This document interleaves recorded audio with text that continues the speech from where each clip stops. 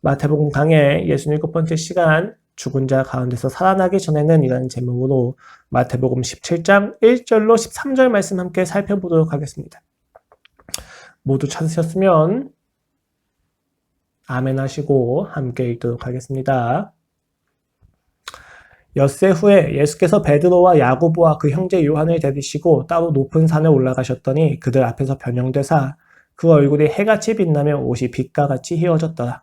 그때 모세와 엘리야가 예수와 더불어 말하는 것이 그들에게 보이거늘 베드로가 예수께 여쭈어 이르되 주여 우리가 여기 있는 것이 좋사오니 만일 주께서 원하시면 내가 여기서 초막 셋을 짓되 하나는 주님을 위하여 하나는 모세를 위하여 하나는 엘리야를 위하여 하리이다. 말할 때 호련히 빛난 구름이 그들을 덮으며 구름 속에서 소리가 나서 이르시되 이는 내 사랑하는 아들이요 내 기뻐하는 자니 너희는 그의 말을 들으라 하시는지라.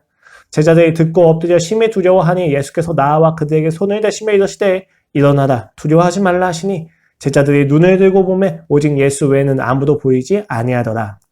그들이 산에서 내려올 때 예수께서 명하여 이르시되 인자가 죽은 자 가운데서 살아나기 전에는 본 것을 아무에게도 이르지 말라 하시니 제자들이 물어 이르되 그러면 어찌하여 서기관들이 엘리야가 먼저 와야 하리라 하니까 예수께서 대답하여 이르시되 엘리야가 과연 먼저 와서 모든 일을 회복하리라. 내가 너희에게 말하노니 엘리야가 이미 왔으되 사람들이 알지 못하고 임의로 대우하였도다. 인자도 이와 같이 그들에게 고난을 받으리라 하시니 그제서야 제자들이 예수께서 말씀하신 것이 침례 요한인 줄로 깨달으니라. 아멘. 자, 우리가 지난 시간에 예수님으로부터 16장부터 17장에 이르기까지 지금 배우고 있다고 이야기를 했어요. 제자들이. 그리고 저희가 지난 두 번째 시간을 통해서 두 번의 시간을 통해서 제자들이 예수님께 배운 두 가지에 대해서 잠깐 살펴보겠습니다. 첫 번째는 무엇입니까? 그를 따르는 삶에서 바리새인과 서기관의 누룩을 조심해야만 한다라고 이야기했어요. 여기 누룩이라고 하는 것은 나를 지키기 위해서 만든 틀, 소유, 능력, 탁월함 등이 우리로 하여금 예수님을 알아보는 것에 있어서 예수님의 말씀을 듣는 것에 있어서 이해하지 못하게 만든다라고 이야기했어요. 별거 아닌 것처럼 보이지만 굉장히 중요한 거니까 그 누룩을 조심해라 라고 이야기했습니다. 두 번째는 그 예수 그리스도를 따르려면 나를 부인하고 십자가에 져야만 한다는 것에 대해서 이야기를 드렸습니다. 베드로를 통해서 우리가 확인한 바 고난 없는 신앙의 삶은 우리의 삶에서 모순입니다. 우리가 따라갈 예수 그리스도의 길은 십자가의 길이며 그 십자가의 길에서만 우리가 사랑을 느낄 수 있고 영광을 볼 수 있다는 것을 놓치지 말아야만 한다는 것을 우리가 함께 배웠습니다. 그리고 오늘 이어서 변화산 사건이 언급이 되고 있습니다. 예수 그리스도께서 자신의 죽음과 고난을 언급하시자 하나님이 이를 확인시켜 주십니다. 예수 그리스도께서 베드로의 고백을 통해서 때를 확인하셨고 이제 제자들에게 마지막 교육을 시작하신 것처럼 보입니다. 그리고 하나님은 이를 예수님께 다시 한번 확인시켜 주시는 거죠. 실제로 이제 그 베드로를 꾸짖고 나서 엿새가 지났습니다. 그러니까 이어지는 걸 표현하는 거예요. 이 엿새가 지나고 나서 예수님은 베드로와 야고보, 요한을 데리고 높은 산에 올라가십니다. 그곳에서 예수님께서 영화로운 모습으로 변형이 되셨고 모세와 엘리야와 함께 이야기를 하십니다. 이 모습을 본 제자들이 얼마나 놀랐을까요? 여기서 베드로가 초막 셋을 짓겠다고 나서는데 갑자기 구름이 그들을 덮고 하나님이 사랑하며 기뻐하는 자다라고 이야기하시면서 그의 말을 들으라라고 제자들한테 명령을 하십니다. 이에 제자들이 엎드려 두려워하니까 예수님께서 그들을 안심시키시고 데리고 떠나십니다. 이렇게 떠나는 길 속에서 예수님이 메시아라는 사실을 깨달은 제자들은 묻습니다. 예수님 서기관의 말에 따르면 메시아가 오기 전에 엘리야가 온다고 이야기하지 않았습니까? 라고 이야기한 거죠. 그래서 예수님께서 그 말이 맞다. 근데 그가 이미 와서 고난을 받았고 그리고 그 고난을 위해서 갔단다. 자기 역시도 그와 같이 고난을 받을 거란다 라고 이야기하자 이때 제자들이 비로소 예언된 엘리야가 바로 침례 요한이라는 사실을 깨닫게 됩니다. 이 본문에서 우리가 집중해야 될 부분은 깨달음입니다. 예수께서 그들에게 가르치시고 또 제자들이 배우고 있는 것이 무엇이냐는 거예요. 제자들이 깨달은 내용이 무엇이며 그것이 가진 의미가 또 무엇이며 그 전에는 깨닫지 못하고 있다가 깨달을 수 있었던 이유가 무엇인지 우리가 함께 살펴볼 것입니다. 이것을 살펴보면 우리는 우리의 삶에서 역사하시는 하나님의 일하심에 대해서 더욱 깊이 발견하고 누릴 수 있게 될 것입니다. 자, 그럼 한번 봅시다. 먼저 제자들이 깨달은 것이 도대체 무엇입니까? 오늘 본문을 보면 그제서야 제자들이 예수께서 말씀하신 것이 침례 요한인 줄 깨달으니라 라고 이야기하고 있어요. 여기서 문맥을 보면 단순히 침례 요한을 깨달은 게 아니라 예언한 엘리야, 즉 다시 오리라 했던 그 엘리야가 바로 침례 요한이었구나 라는 사실을 깨달았다는 거예요. 이러한 사실은 그들이 요한을 구약의 성취로서는 믿지 못했다는 것을 전제합니다. 그런데 그들이 그것을 다시 깨달았다는 것은 도대체 무슨 의미인가 살펴봐야 된다는 거죠. 그들이 깨달은 내용을 알기 위해서는 우리가 먼저 그들의 질문부터 확인을 해야만 합니다. 변화산 사건 후에 메시아서 예수 그리스도를 확신하게 된 제자들이 묻는 거죠. 그러면 어째요 서기관들이 엘리야가 먼저 와야 하니까. 이 말씀은 구약 말라기 4장 5절 말씀을 보면 조금 이해할 수가 있어요. 읽어드릴게요. 보라, 여호와의 크고 두려운 날이 이르기 전에 내가 선지자 엘리야를 너에게 보내리니. 크고 두려운 날이 이르기 전에 보내리니 라고 이야기했어요. 그러니까 메시아가 오시는 그날, 크고 두려운 그날이 오기 전에는 누가 반드시 옵니까? 선지자 엘리야가 오는 것이 징조처럼 예언되어 있다는 거예요. 즉 엘리야가 와야만 크고 두려운 그날이 오겠구나 라고 생각을 하고 있단 말이죠. 지금 이런 거죠. 제자들이 보기에는 예수님께서 너무 명확한 메시아예요. 그런데 엘리야가 오지 않았다? 뭔가 이상한 거예요. 메시아가 왔다면 그 크고 두려운 날이 곧 임할 건데 왜 메시아가 오기 전에 예언된 엘리야가 오지 않았습니까? 라고 물어보는 거예요. 문제가 된다는 거죠. 이때 예수님 대답이 참 재미있습니다. 긍정하세요. 맞아. 엘리야가 와야 돼 라고 이야기합니다. 그럼 뭐라고 이야기하십니까? 엘리야가 와서 모든 일을 회복할 것이다 라고 이야기합니다. 이건 말라기 4장 6절 바로 이어진 말씀에 대해서 예수님께서 그들한테 대답을 해주신 거예요. 6절에서 이렇게 이야기합니다. 그가 아버지의 마음을 자녀에게도 돌이키게 하고 자녀들의 마음을 그들의 아버지에게도 돌이키게 하리라. 돌이키지 않으면 두렵건대 내가 와서 저주로 그 땅을 칠까 하노라 하시니라. 무슨 말이냐면 지금 제자들이 예수님께 물어본 거잖아요. 엘리야가 와야만 하지 않습니까? 라고 하니까 엘리야가 이미 왔단다. 그 엘리야가 와서 하는 일이 무엇이냐? 아버지와 자녀 관계를 회복하는 일이지 않느냐? 라고 하는 거예요. 그게 만물을 회복하니라 라고 하는 겁니다. 즉 엘리야의 사역은 그 아버지와 자녀 관계를 회복하고 그 만물을 회복하는 건데 우리가 이렇게 들으면 마치 그 일은 요한이 하는 일이 아니라 누가 하는 일이에요? 예수님께서 하는 일이란 말이에요. 예수님께서 그 아버지와 자녀의 관계를 회복하시는 거 아닌가? 요한이 한 것은 그런 일이 아닌데 라고 생각할 수 있는데 말라기 자체는 포로기를 거쳐서 돌아온 백성들한테 한다는 것을 이해를 하셔야 돼요. 즉 지금 여기서 아버지와 자녀 관계가 회복된다라고 이야기했었을 때에는 하나님께서 이방인에게 주셨던 그 마음을 자녀에게도 돌이키신다는 의미예요. 지금 유대인한테 이야기하신 거죠. 너희가 아버지와의 관계가 회복될 거야 라고 이야기하는 거는 이스라엘 백성 너희를 회개시키실 거야 라고 하는 게 엘리야의 사역으로 소개되고 있다는 거예요. 이 회개의 사역을 생각할 때 우리가 떠올리는 그 인물이 바로 침례 요한인 거죠. 즉 예수님께서 이야기하신 건 얘들아 맞아 엘리야가 왔었어. 근데 너희가 알지 못했단다. 그 엘리야가 와서 한 일이 무엇이냐? 너희가 생각한 것과는 다르게 로마를 제패하고 어떤 큰 능력을 보이는 것이 아니라 회개하는 일이 바로 침례 요한이 엘리야가 해야 될 일이었단다 라고 이야기를 하는 거예요. 그래서 17절에서 이렇게 이야기하시는 거죠. 그가 또 엘리야의 심령과 능력으로 주 앞에 먼저 와서 아버지의 마음을 자식에게 거스르는 자를 의인의 슬기에 돌아오게 하고 주를 위하여 세운 백성을 준비하리라. 누가복음에서의 표현입니다. 무슨 이야기입니까? 여기 누가복음 뭐라고 이야기한 거예요? 주를 위하여 세운 백성을 준비하리라. 즉 준비시키는 자로서 엘리야를 이야기하고 있는 거죠. 이러한 표현의 의도는 이어진 12절, 본문의 12절에서 정확히 보여집니다. 내가 너희에게 말하노니 엘리야가 이미 왔을 때 사람들이 알지 못하고 임의로 대우하였도다. 인자도 이에게 고난을 받으리라 하시니. 예수님은 요한이 바로 그 구약에서 메시아를 준비하도록 보낸 받은 엘리야라고 이야기를 합니다. 그러나 너희가 왔어도 알아보지 못했다라고 이야기해요. 심지어 무엇이라고 이야기합니까? 임의로 대했다. 즉 마음대로 대했다는 거예요. 그를 조롱하고 그를 조사하고 그를 핍박했다고 지금 문맥에선 이야기하는 거죠. 즉 예수님은 지금 예언이 틀리지 않았단다. 다만 너희가 볼 눈이 없었단다 라고 이야기하는 거예요. 더 나아가서는 요한을 알아보지 못한 너희는 인자도 알아보지 못할 것이며 결국 너희가 인자도 임의로 대할 것이다. 즉 핍박하게 될 것이란다 라고 아주 무서운 선언을 하고 계시는 겁니다. 그렇습니다, 여러분. 반복해서 제가 마태복음에서 말씀을 드리지만 어느 누구도 예수님을 알아보지 못합니다. 깨닫지 못합니다. 아무리 열심을 다하고 헌신을 약속한다 할지라도 우리는 이 사건의 끝을 압니다. 십자가 앞에서 모두 도망가는 거죠. 그들이 아무리 진정성 있는 고백을 한다 할지라도 그들의 끝은 십자가 앞에서 도망가는 걸로 나타납니다. 오늘 본문은 그런 점에서 단순히 예수님을 알아보지 못한다에 대해 지적하는 것이 아니라 요한에 대해서 알아보지 못했다는 사실 기초로 지적하고 있는 거예요. 즉 그들이 하나님의 일하심 자체에 대해서 깨닫지 못하고 있다는 거예요. 오늘 단순히 요한을 알아보지 못했다. 예수님을 알아보지도 못했다가 아니에요. 요한을 알아보지 못한 것을 기초로 너희가 인자도 알아보지 못할 거라고 하는 표현은 결국 너희는 하나님의 일하심을 하나도 발견하지 못하고 있단다 라고 이야기하고 있다는 거예요. 그것은 오늘날 우리와 똑같습니다. 그들도 구원을 기대하고 갈망하였으나 그 구원을 이루신 메시아를 알아보지 못했던 것처럼 우리도 오늘날 구원을 기대하고 무언가 능력을 기대하고 문제의 해결을 원하지만 진정한 문제 해결이자 구원인 예수 그리스도를 알아보지 못하고 있다는 거예요. 구원을 위해서 노력은 하죠. 그러나 이러한 노력 속에서 우리는 끊임없이 절망하게 됩니다. 무엇이 우리를 절망시키십니까? 오늘 제자들과 마찬가지예요. 징조가 보이지 않을 때입니다. 열심히 하는 그 노력이 구원을 이룰 것처럼 보이지 않을 때 우리는 절망하게 돼요. 예컨대 공부를 생각해 보십시오.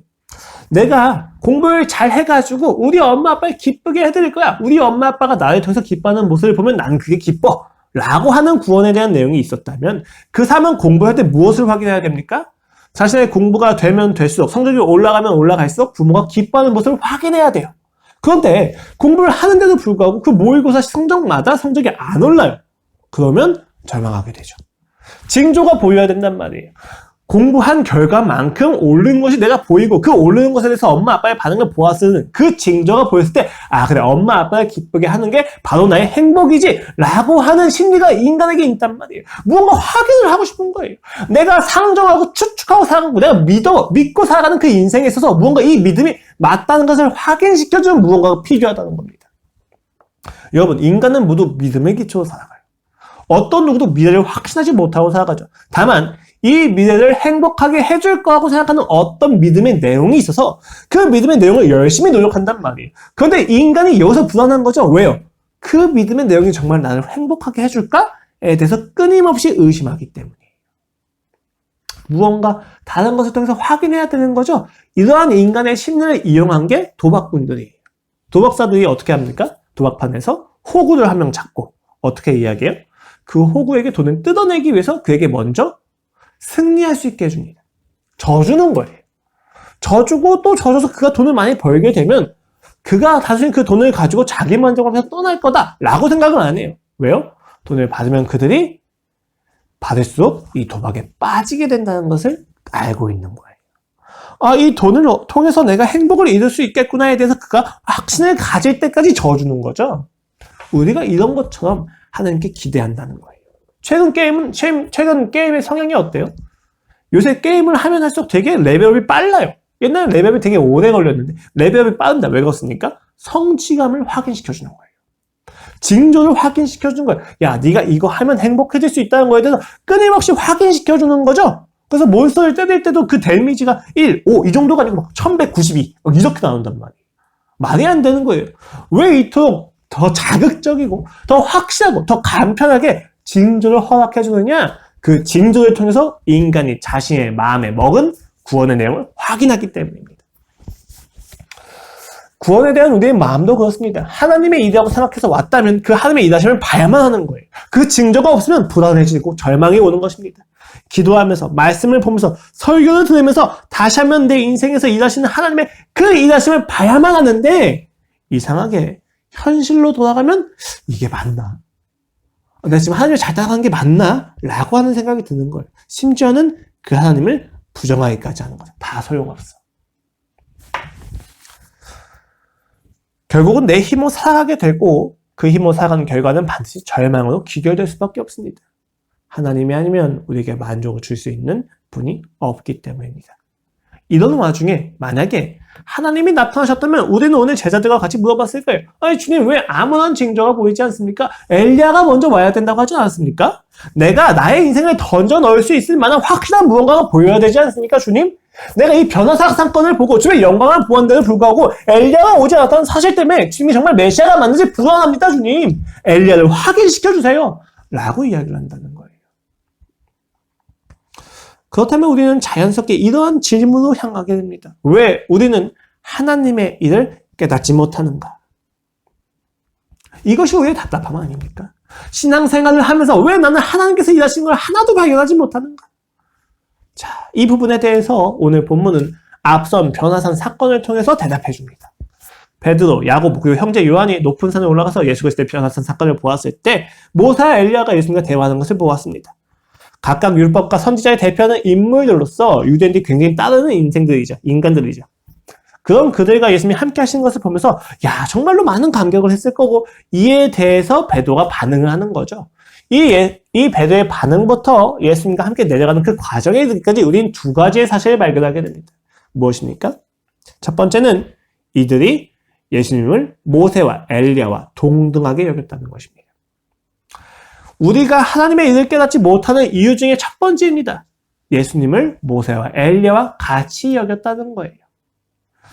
베드로는 예수님의 변화 사건을 보고 초막셋을 짓고자 합니다. 그리고 그것에 거하기를 원하죠. 여기 초막셋은 뭐 초막절에 대한 이야기도 많이 나오는데 사실 명백한 의미로서는 기념하는 것의 의미가 강해요. 놀라운 사건을 보고 이것을 기억하기 위해서 또 나중에 또 이해하기 위해서 다시 기념하기 위해서 초막을 세우겠다는 거예요. 그 자리에 표시하겠다는 거죠. 그가 조금이라도 더 그 영광스러운 변화의 순간을 지속하고 싶기 때문에 기억하고 싶기 때문에 초막을 세우겠다고 이야기하는 거예요. 이게 굉장히 난센스하는 거예요. 왜 그렇습니까?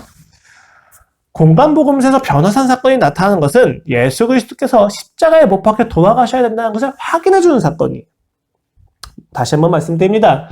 예수님께서 그 영광 중에 변화하신 사건은 예수님이 놀라운 창조자야만 확인시켜주는 게 아니라 그것을 확인시켜주는 것을 통해서 네가 반드시 죽어야만 한단다를 확인시켜주기 위함이에요. 그런데 베드로는 그 십자가가 아니라 그 영광 자체에 머무르려고 했다는 거예요.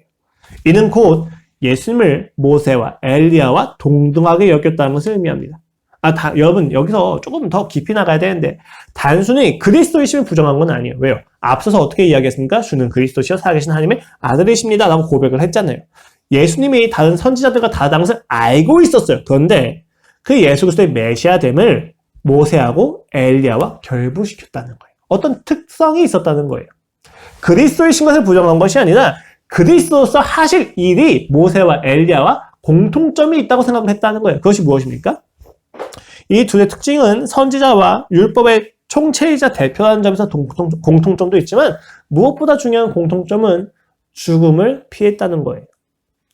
엘리야는 죽지 않고 승천했습니다. 불병거를 타고 올라갔죠. 모세는 죽었잖아요. 그런데 모세는 그 죽음이 어디에서 어떻게 됐는지 아무도 모릅니다. 그래서 당시에 묵시문학 중에선 모세의 승천기라고 이야기해서 모세가 죽지 않고 승천했다고 하는 이야기가 암암리에 다 있었어요. 그러니까 지금 당시 유대인들의 생각에서 모세하고 엘리야는 죽음을 피한 사람들이에요. 죽음과 관련이 없는 사람들이고 승리의 아이콘으로 나타난다는 것. 그것이 바로 그들이 원하는 메시아에 대한 이미지였습니다. 고난이 없고 죽지 않는 자들이었다는 거예요. 그래서 제자들은 이 둘의 임대를 보면서 예수 그리스도 역시 죽음과는 상관이 없겠구나, 승리하겠구나, 드디어 그때가 왔구나 라고 생각을 했다는 거예요. 이것이 그들로 하여금 하나님의 일하심을 못 보게 했습니다. 두 번째입니다. 이들은 듣는 마음이 없었습니다. 이것을 입증하는 것은 하나님께서 베드로가 말하는 그 순간에 말씀을 하신다는 거예요. 마가복음하고 누가복음의 기록에서는 사실 좀 다른 시대로 기록이 되어 있어요. 그러니까 베드로가 다 이야기하고 나서 조금 시간이 지나자 하나님께서 이야기하신 것처럼 나타나는데 오늘 본문에서 마태복음은 정확히 이야기합니다. 말할 때, 베드로가 말할 때 하나님께서 말씀을 시작하세요. 말을 자른다고 하는 것은 나타내주는 문학적 기법인 거죠. 그리고 들리는 말씀이 무엇입니까? 마태복음 3장에서 요한에게 예수께서 침례를 받으실 때 들었던 그 말씀이 반복이 되는데 덧붙여주는 구절이 뭐예요? 너희는 그의 말을 들으라 라고 합니다. 이게 그들이 엎드려서 두려워하죠. 이러한 점들은 무엇을 의미하느냐? 그들이 예수 그리스도의 영광을 보았을 때 듣지 않았다는 거예요. 듣지 않고 말하기 바빴다는 것입니다. 영광을 보았으면 그 영광의 목적이 어디인지 생각하고 묵상해야 되는데 그들은 그 영광 자체의 사람 앞에서 듣지 않았다는 것입니다. 이것은 곧 그들의 뜻이 예수 그리스도보다 앞섰다는 것을 의미합니다. 이 두 가지가 바로 우리로 하여금 하나님의 일을 깨닫지 못하게 하는 주요한 이유입니다. 예수 그리스도를 모세와 엘리야와 같이 여겼다는 것은 우리의 프레임을 이야기합니다. 무엇입니까? 마치 금속 탐지기를 가지고 땅에서 석유를 찾으려고 하는 거예요. 그러나 금속 탐지기는 금속만 발견하게 해주지 석유를 발견해주지 못하게 한단 말입니다. 우리가 그래요. 우리의 주파수가 하나님과 맞지 않은 상태에서 막 찾아다니는 거예요. 하나님의 일하심이 왜 나한테 보이지 않습니까? 라고 이야기하면서 우리는 끊임없이 금속 탐지기를 사용하는 것입니다. 그러나 하나님의 일하심은 금속 탐지기로는 잡히지가 않는다는 게 문제예요. 자기 중심적인 질서를 기준으로 가지고 세운 그 프레임은 우리로 하여금 하나님의 일하심을 발견하지 못하게 합니다. 왜요? 우리는 선글라스를 꼈기 때문에 모든 게 어두워 보이기 때문이에요. 이것은 제가 계속해서 말씀드리는 바죠. 왜요? 마태복음에서는 계속 이게 강조되기 때문이에요. 그들의 질서가 하나님의 질서는 맞지 않다는 사실이 계속 나타나고 있기 때문이에요. 그러나 아무리 반복하더라도 그 중요성은 덜해지지 않습니다. 우리는 하나님을 있는 그대로 볼 수가 없습니다. 우리의 결핍과 우리의 필요라고 하는 틀 안에서만 하나님을 볼 수가 있다는 거예요. 그러나 여기서는 하나님의 일하심을 정확히 깨달을 수가 없다는 게 문제입니다. 둘째는 무엇입니까? 듣지 않는 마음입니다. 이것은 단순히 말이 많다는 것을 의미하지 않아요. 이것은 자기 중심성의 기준을 가지고 마음대로 해석한다는 거예요. 떠벌리게 바쁘다는 이야기는 결국 내가 듣고 그 의미가 무엇인지 이해하는 게 아니라 내가 이해한 의미를 그에게 강요하고 있다는 것을 의미합니다. 이 부분을 귀담아 들으십시오, 여러분. 변화사 사건에서 예수 그리스도의 십자가 사건은 분명하게 십자가를 향하고 있었습니다. 그러니까 변화사에서 예수님께서 변하신 사건은 십자가를 향하고 있는데 제자들은 오히려 이 사건을 보면 볼수록 십자가하고 멀어진다는 거예요.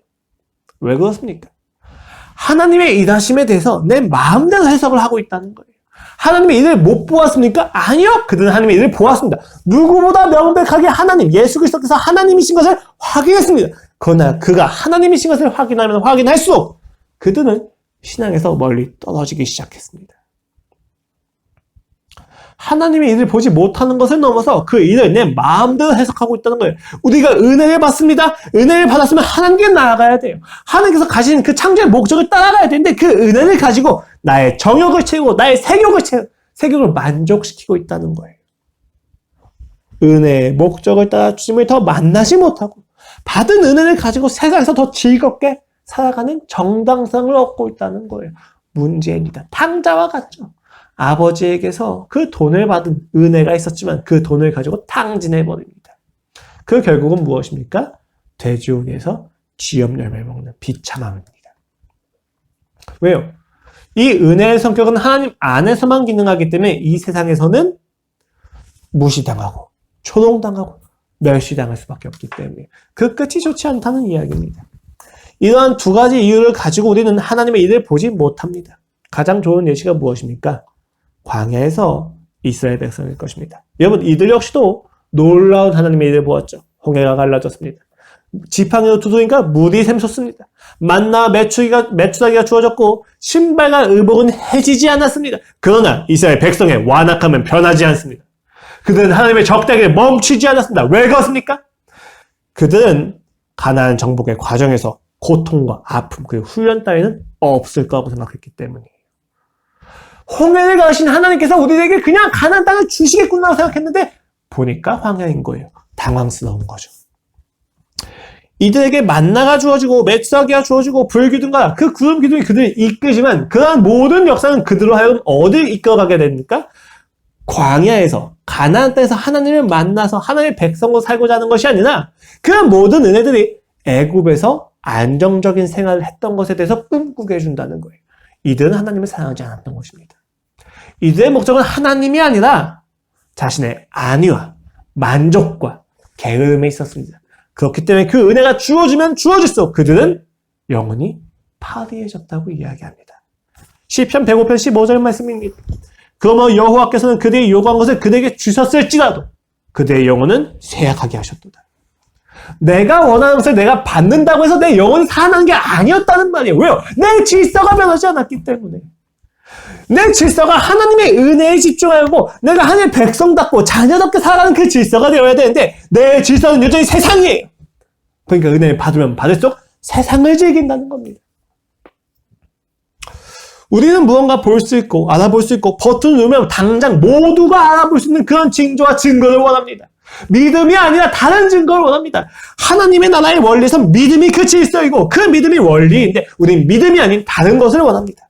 믿음으로써 하나님을 확인하는 것이 아니라 하나님을 확인할 수 있는 어떤 눈에 명백한 증거를 보고 믿음을 가지기 원하는 거예요. 그러다 보니까 어디를 향하게 됩니까? 소유와 능력이 필요하게 되는 거죠. 보이니까, 확인할 수 있으니까. 그러나 이것이 우리를 풍요롭게 하지 못하고 성숙하게 이끄지 못한다는 것입니다. 오히려 우리를 망치게 되는 것이죠. 저희 아이가 사탕을 달라고 해서 계속 사탕을 주면 이 아이는 어느새 사탕 자체를 나도 여기게 됩니다. 아버지도 여기게 될 수 있다는 것입니다. 굉장히 무서운 이야기예요. 우리의 질서가 성숙해지지 않는다면 우리는 받는 그 모든 은혜마저도 내 안위를 채우기 위해서 남용할 수 있다는 것입니다. 그래서 마태복음에서는 이렇게 이야기하죠. 표적을 구하는 서기관과 바리새인들한테 무엇이라고 이야기합니까? 12장 45절 말씀입니다. 그 사람의 나중 형편이 전보다 더욱 심하게 됐느니라. 이 약한 세대가 또한 이렇게 되리라. 한 귀신이 몰아내면 7 귀신이 들어온다 라고 하는 것을 가지고 전보다 더욱 심하게 된다라고 이야기하신다는 거예요. 왜요? 질서가 바뀌지 않았기 때문에. 자, 그런데 놀라운 것은 여러분, 마태복음이 그렇게 끝나지 않고 깨닫게 되었다는 거예요. 여러분, 이건 굉장히 중요한 표현입니다. 왜 그러냐면 마태복음 자체에서도 깨닫는다는 그 표현이 굉장히 중요하기도 하고, 누가복음과 마가복음에 비교했을 때 같은 구절에 있어서도 마태는 항상 깨달음으로 끝내기 때문이에요. 마가복음은 깨달음으로 끝내지는 않아요. 예, 제자들의 불신으로 끝내는데 마태복음은 깨달음으로 끝냅니다. 즉 제자라고 하는 그 정체성에 있어서 다른 무언가가 있는데 그 다른 무언가가 분명 있다는 거예요. 그들은 엘리야가 바로 요한이라는 사실을 깨닫게 됩니다. 전혀 깨닫지 못했던 하나님의 일하심을 깨닫게 되는 거죠. 무엇을 통해서 깨닫게 됩니까? 표면적으로는 요한이 엘리야였다는 사실이었지만 아까도 말씀드렸듯이 그들이 인식하지 못하는 상태라 할지라도 하나님께서 일하신다는 것을 깨달았다는 거예요. 굉장히 놀라운 이야기입니다. 이것을 어떻게 깨달을 수 있었느냐라고 하는 것이 우리의 질문이에요. 그들은 자기의 중심성의 프레임과 듣지 않는 마음으로 인해서 깨달을 수가 없었단 말이에요. 그런데도 불구하고 깨달을 수 있었던 이유가 무엇입니까? 자기의 중심의 프레임을 깨부수는 누군가가 있었기 때문이죠. 듣지 않는 그 마음에 말하는 누군가가 있었기 때문에 누구입니까? 예수 그리스도이십니다. 그들에게 예수 그리스도가 함께 하셨던 이유 외에는 그들의 깨달음을 설명할 수 있는 부분이 없어요. 오늘 본문에 이야기하는 유일한 근거는 예수 그리스도께서 그들에게 가르치셨다는 겁니다. 그리고 그의 가르침의 핵심은 무엇이었습니까? 인자도 이와 같이 고난을 받으리라. 선지자가 고난받는 것도 이해가 안 되는데 인자가 고난을 받는다는 이야기는 우리에게 충격적으로 다가옵니다. 그런데 이 충격적인 이야기가 우리로 하여금 하나님의 일하심을 깨닫게 해준다는 거예요. 놀랍습니다. 여러분, 우리 종종 고백하지 않습니까? 지나고 나니 은혜더라. 이런 해석은 매우 주관적이고 또한 정신승리로 비하될 만큼 자기 확신 혹은 자기 암시로 여겨질 수도 있는 게 분명합니다. 왜냐하면 여러분, 종교가 아니더라도 이러한 고백은 할 수가 있기 때문이에요. 생각해 보십시오. 지나고 나니까 좀 유익한 경험이었어. 이거 기독교만 하는 고백입니까? 아니에요. 세상 사람들도 한단 말입니다. 다 될 바가 없단 말이에요. 그렇다면 지나고 나니까 은혜더라고 하는 그 기독교의 고백은 무엇이 다릅니까? 같은 내용이지만 동기가 다르고 열매가 다르죠. 세상에서 이야기하는 이러한 고백은 긍정적인 자세와 태도, 그리고 세상을 보는 깊은 통찰력과 관점을 열매 맺습니다. 굉장히 중요한 거예요. 이런 자세 자체는 매우 중요하기 때문에 우리한테 필요합니다. 지난 과거의 경험들과 상처들과 그 아픔마저도 우리의 인생을 결정할 수 없다는 거예요. 해석이 우리의 인생을 결정짓는다는 거죠. 이것은 세상 사람들에도 굉장히 중요한 부분이고 기독교인들이 우리에게도 굉장히 중요한 부분입니다. 그러나 세상 사람들이 이 고백을 할 때에는 자기의 의의가 있습니다. 그렇게 잘 해석해내고 잘 선택한 나 자신에 대해서 칭찬하고 내가 잘났다고 하는 마음이 있는 거죠. 그러면 결국 이러한 해석과 선택을 하지 못한 이들을 이해하지 못합니다. 그거 이렇게 해석하면 잘 되는데 왜 이걸 못하지? 라고 생각이 드는 거예요. 그러나 그리스도인은 다릅니다. 그리스도인의 이 고백은 긍정적인 사고방식과 긍정적인 자세와 태도에서 발생한 게 아니에요. 물론 그러한 부분이 있어요. 부분적으로는. 그러나 그것은 본질적으로 이것을 가능하게 하는 관점이 있다는 거예요. 그 관점의 결과이거든요. 그 관점은 무엇입니까? 무엇이 우리로 하여금 은혜를 인식하게 하고 고백하게 합니까? 주님의 고난이라고 오늘 본문은 이야기합니다. 주님께서 고통당하셨다는 것, 주님께서 나를 위해서 죽으셨다는 것, 그 고난과 그의 아픔이 우리로 하여금 은혜를 인식하게 한다는 것입니다. 고난을 당하실 때 우리는 지금껏 내가 부정했던 모든 은혜를 고백합니다. 왜 그렇습니까? 나와 상관없는 그가 고통당하시는 것을 통해서 우리는 왜 은혜를 인식하게 되고 하나님을 인식합니까? 나와 상관없는 그가 고통당하시는 이유가 창조주가 나를 사랑하시는 증거로서 확인되기 때문입니다. 다른 증거가 아니라 십자가가 우리에게 증거였다는 거예요. 그의 고난과 그의 죽음이 우리에게 분명한 증거였다는 거예요. 여러분, 제가 지금 아이를 키우고 있는데 아이를 키울 때 가장 큰 사랑의 증거가 무엇이냐라고 했었을 때 내가 너를 위해서 이만큼 고통을 감수하고 있어 라고 하는 부분이 굉장히 크다는 거예요. 이것이 참 재밌습니다. 왜 이 고통과 왜 이 아픔이 아니면 우리는 사랑을 확인하지 못할까에 대해서 생각을 해봐요. 우리 엄마 아빠가 부자면 돈을 다 주는 것을 통해서 날 사랑할 수 있지 않나? 라고 생각을 하게 되잖아요. 근데 왜 성경은, 그리고 우리 인격이라는 것은 나를 사랑하는 사람의 그 고통과 고난이 있어야만, 그 십자가가 있어야만 왜 사랑을 확신할 수 있게 만들어졌냐는 거예요. 무언가 이상하잖아요. 그런데 여러분, 이 고통과 고난이 무엇을 의미하기 때문입니까? 이 고통과 고난이 인격적으로 나를 진심으로 생각한다는 것에 대해서 확인해주기 때문이에요. 돈의 액수가 크면 클수록 부모님의 사랑이 크구나가 확인되는 게 아니라는 거예요. 예수 그리스도가 아픈 것을 확인하면 할수록 그가 우리를 얼만큼 사랑하시는지가 확인된다는 겁니다. 왜 그렇습니까? 그들은 당하지 않아도 되는 고난이었기 때문입니다. 이 사실이 중요합니다, 여러분. 이렇게까지 고난을 당하고 고통을 당하지 않아도 되는데 왜 이 고통을 당하는 거지? 라고 했었을 때 사랑을 인식하는 거예요. 그리스도인이 보여줘야 될 사랑이 여기에 있습니다. 여러분, 이 사랑은 빠르지 않아요. 느려요. 당장 이렇게 확인될 수 있는 부분이 아니에요. 자판기에서 딱 누르면 나오는 것처럼 사랑이 확인되지 않습니다. 우리가 누군가를 사랑할 땐 이 기다림의 자세가 필요해요. 그가 충분히 인격적으로 이 사람이 나와 아무런 상관이 없는데도 불구하고 나를 왜 사랑하지? 이 부분이 확인될 수 있게. 이때 비해서 이들은 하나님의 일하심을 확인하게 된다는 겁니다. 그리고 우리 역시도 예수 그리스도의 고난을 보았을 때 이것을 확인하게 된다는 것입니다. 물론 그 과정이 좀 있어요. 어떤 과정이에요? 우리는 자존심이 있어서 나와 상관없는 자가 나를 위해서 고통당하면 왜 그래? 그러지 마. 내가 알아서 할게. 라고 하는 마음이 있거든요. 날 사랑하지 마! 제발 날 사랑하지 마! 왜요? 그가 나를 위해서 고통당하는 것이 내게 괴로움이 되기 때문이에요. 조건이 없잖아요. 사랑받을 조건이 없는 나를 끊임없이 인식하기 너무 힘들기 때문이에요. 그러나 그가 고통을 감수하면서도 아무런 상관이 없음에도 불구하고 그 핍박을 당하면서 사랑하신 이유가 무엇입니까? 너는 조건 없이도 사랑할 수 있는 존재한다. 이 자유를 주기 위함인 거죠. 주님, 나를 왜 사랑합니까? 대답할 수 없어요. 경험하셔야만 합니다. 이때 우리가 은하고 고백하는 내용은 무엇입니까? 내가 주님을 알게 되었다는 거죠. 내가 지금까지 무시하고 배제해왔던 그 주님을 알게 되었다는 것이 지나고 나니 은혜더라 라고 고백한다는 거예요. 지나고 나니까 그런 일도 되게 좋은 순기능이 되더라 이런 이야기가 아니에요. 세상에서 이야기하는 것처럼 좋은 교훈이 돼서 이런 이야기가 아니에요. 우리가 지나고 나니까 은혜다 라고 고백하는 것은 지나고 나니까 그것이 바로 예수 그리스도의 사랑이었더라. 지나고 나니까 정말 예수 그리스도가 나를 정말 사랑하셨구나. 이 사실을 깨닫는 게 은혜라는 거예요. 부모가 애들 기를 때 비로소 우리 부모님이 나를 사랑하셨었구나. 그걸 깨닫는 것이 바로 기독교에서 이야기하는 은혜예요. 세상과 전혀 다르다는 것입니다. 그러니까 바울이 무엇이라고 고백합니까? 내가 비천에 처할 줄도 알고 풍요에 처할 줄도 안다. 왜요? 그의 인생의 기준은 능력과 소유나 어떤 증빙이 될 수 있는 어떤 증거들이 아니에요. 그의 인생의 유일한 만족은 예수 그리스도를 아는 것이었기 때문입니다. 그의 인생의 유일한 은혜는 예수 그리스도를 아는 것이었기 때문입니다. 그를 사랑하는 것이었기 때문입니다. 그가 나를 사랑한다는 것을 아는 것이었기 때문입니다.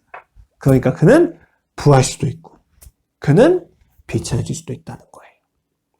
은혜를 경험한 사람들이 할 수 있는 고백입니다. 그래서 오늘 본문에서 예수님은 이와 같이 이야기하십니다. 9절입니다. 그들이 산에서 내려올 때 예수께서 명하여 이르시되 인자가 죽은 자 가운데서 살아나기 전에는 본 것을 아무에게도 이르지 말라.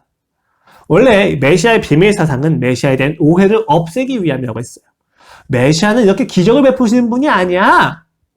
메시아는 너희를 위해서 너희를 죽음에서 구원하신 분이야. 이 사실을 알게 하시기 위해서 메시아에 대해서 감추시는 거라고 이야기를 했었죠. 근데 오늘 본문에서 뭐라고 이야기합니까? 특별하게 인자가 죽은 자 가운데서 살아나기 전에는 아무에게도 이르지 말라라고 이야기합니다. 놀라운 부분이에요. 그러면 이제 이런 거잖아요. 지금 보여주신 영광이나 부활의 때에 나타난 영광 똑같은 영광이란 말이에요. 같은 영광인데 왜 그가 죽고 부활하신 이후에 이야기를 해야 되느냐? 그리스도의 죽음이 없다면 우리의 이 자기 질서가 변하지 않기 때문이에요. 끊임없이 내 조건과 내 자격과 사랑을 받아가지고 내 조건과 자격 구원을 받았다고 하는 인식이 뒤틀려서 절대 변하지 않기 때문입니다. 우리가 그렇습니다, 여러분. 우리는 결코 그 십자가를 거치지 않는다면 내 힘과 내 노력으로 살아간다는 것입니다. 능력을 가지고, 소유를 가지고, 내가 어떤 한 행위를 가지고 그를 조종하는 거예요. 그래, 내가 사랑받는 건 내가 마땅하게 행했기 때문이야. 아니요, 다 거짓말입니다. 여러분이 사랑받을 수 있는 기초는 없습니다. 여러분이 사랑받을 수 있는 자격은 없습니다. 어디서 그것을 확인합니까? 그리스도의 죽음입니다.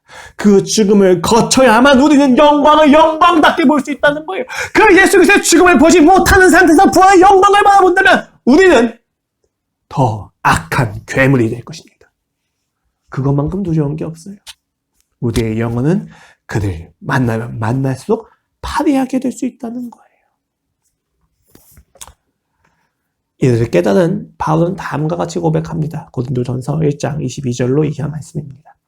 유대인은 포적을 구하고 헬라인은 지혜를 찾으나 우리는 십자가에 못 박힌 그리스도를 전하니 유대인에게는 거리끼는 것이요 이방인에게는 미련한 것이로되 오직 부르심을 받은 자들에게는 유대인이나 헬라인이나 그리스도는 하나님의 능력이요 하나님의 지혜입니다.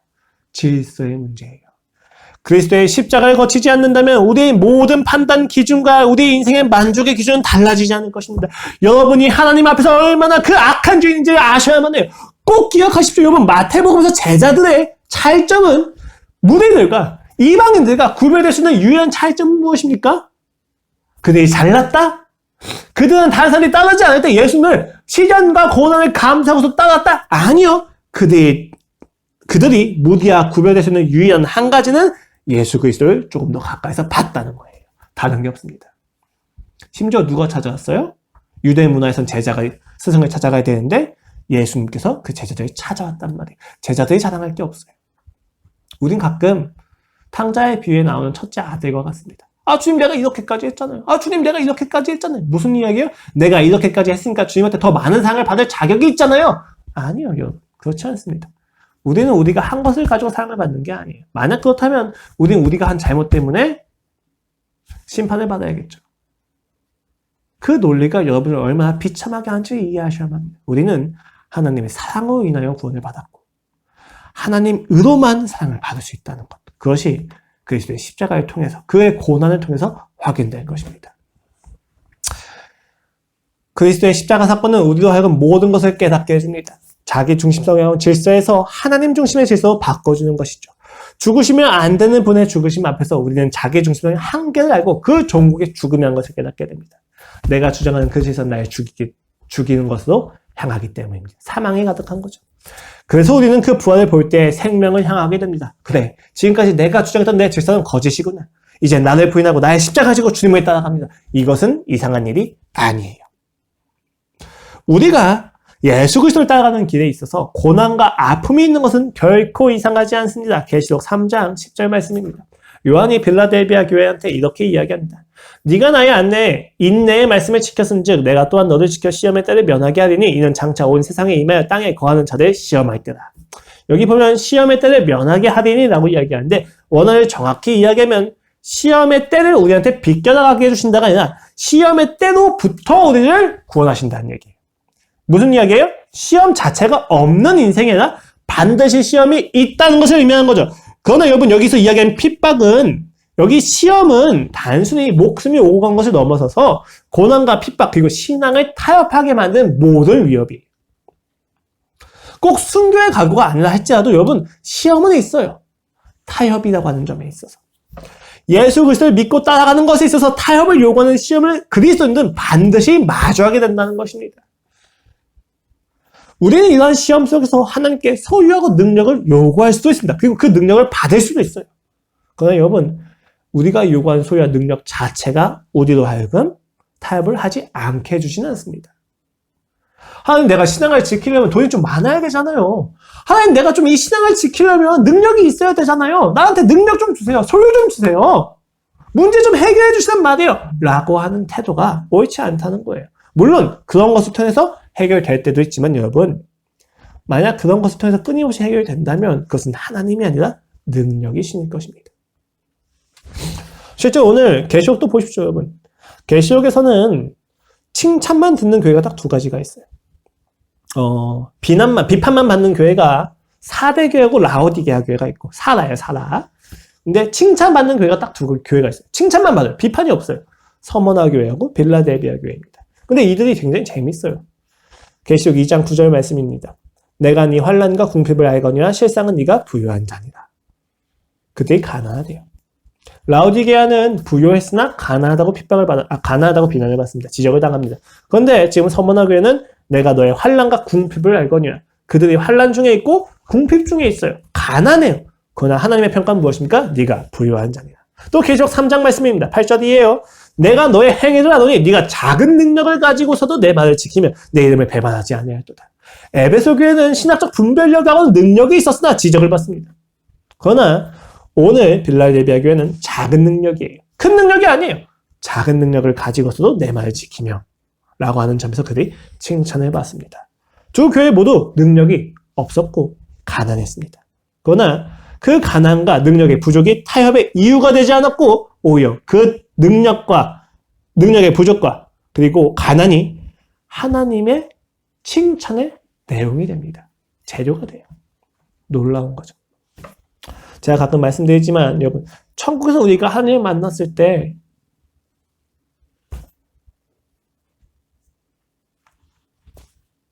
칭찬을 받는 내용은 내가 얼마나 크게 일했는지 아십니까? 내가 얼마나 많이 전도했는지 아십니까가 아니에요. 우리가 칭찬받는 내용은 주님께서 맡기신 일에 얼마나 충성했느냐. 그가 내게 한 영혼만 맡기셨다면 그 한 영혼에게 내가 얼만큼 충성했느냐가 신자의 자부심이라는 거예요. 많은 사람들 좋아요. 여러분, 하나님께서 많은 사람을 맡기셔서 많은 사람들이 충성을 해야죠. 그러나 여러분, 제가 여러분한테 말씀드리고 싶은 것은 우리가 세상적인 기준으로 굉장히 스케일이 넓고 크고 또 높은 어떤 능력과 어떤 소유를 사모하지만 우리가 진정 사모해야 될 것은 맡기신 일에 대한 충성의 순도예요. 작은 능력을 가지고서 내 말을 지켰다. 네가 궁핍하나 네가 부유하다. 라고 하는 이 의미들은 다 여기에 담겨져 있는 겁니다. 여러분의 삶에서 필요한 건 능력입니까? 소유입니까? 아니면 그 작은 능력과 없는 소유 중에서도 하나님을 신뢰할 수 있게 만든 십자가입니까? 제가 확신하건대 십자가입니다. 여러분이 하나님의 일하심을 찾지 못하신다면 십자가 앞으로 가십시오. 그 십자가 앞에서 내 죄를 직면하고 그 죄의 값을 치르신 예수 그리스도의 사랑을 발견하는 자리에서 그 하나님의 일하심을 찾으십시오. 그리고 그 하나님의 일하심을 찾는 그곳에서 여러분 전력을 다해서 순종하십시오. 지금 당장은 열매가 안 보일 겁니다. 하나님의 나는 보이지가 않아요. 가족을 사랑해야 되는데 가족이 사랑이 안 되네. 그러다가 잠깐 하나님께 은혜를 받아서 잠깐 순종을 해서 사랑을 하는 거죠. 근데 사랑을 했는데 바로 변합니까? 안 변해요. 그렇게 변하는 게 어딨어요. 나도 그렇게 안 변하면서. 우린 잠깐 하나님께 순종해서 사랑을 하고 나서 확인하는 거죠. 하나님 한번 사랑할게요. 한번 사랑하고 나서 10가지는 변하길 원해요. 웃겨요, 사람이. 내가 조금 하나 순종했는데 그 사람들에서는 사랑의 반응이 10가지를 내가 이렇게 사랑했으니까 나를 이렇게 대할 거야. 이제 변할 거야 라고 생각을 하고 기대한다는 거예요. 거짓말이에요. 모순이에요, 여러분. 하나님의 뜻에 따라서 순종을 했다면 우리가 기대해야 될 반응은 하나님의 사랑을 더 깊이 아는 것입니다. 사랑을 했더니 그들이 더 심하게 나를 핍박하네? 왜 그렇지? 이게 주님의 마음이었구나. 주님, 그렇다면 난 이곳에서 어떻게 해야만 합니까? 때로는 거절해야 될 때도 있어요. 사랑을 멈춰야 될 때도 있고 때로는 사랑을 더 해야 될 때도 있는 거죠. 그건 하나님과의 그 예수 그리스도의 역동적인 관계에서 결정이 되는 건데 중요한 건 우리가 예수님께 순종을 했을 때 기대해야 될 부분들은 그리고 우리가 기대해야 될 하나님의 일하심의 내용들은 소유와 능력의 변화, 보이는 것들의 변화가 아니라 보이지 않는 나와 하나님과의 관계에서의 성숙이라는 거예요. 이것이 없다면 여러분은 아무리 능력이 가득하고 소유가 있다 할지라도 공허하게 될 것입니다. 이것은 저의 고백이 아니라, 물론 저의 고백이기도 하죠. 역사 속에서 그리스도인들이 경험했던 내용이기도 합니다. 여러분, 오늘 십자가에서 예수 그리스도의 사랑을 보시고 그 사랑 아래에서 하나님의 일하심을 더 깊이 보시길 소망합니다. 사죄의 은총, 예수 그리스도의 사랑의 언어, 그 영광이 보일 것입니다. 함께 기도하시겠습니다. 하나님 감사합니다. 주님, 오늘도 우리가 이렇게 함께 찬양하게 하시고 예배하게 하시고 기도하게 하시니 감사합니다. 주님, 이번 주 내내 하나님의 일하심을 찾아왔습니다. 그런데 주님, 일하심이 보이지가 않습니다. 그래서 힘들고 지칩니다. 그러나 주님, 일하시지 않은 것이 아니라 내가 보지 못한 것이었음을 오늘 주 예수 그리스도의 십자가 안에서 확인하게 됩니다. 오, 주님 맞네요. 주님이 먹이지 않으시면 배부를 수 없고 주님이 재우지 않으시면 잠잘 수 없는 인생이었습니다.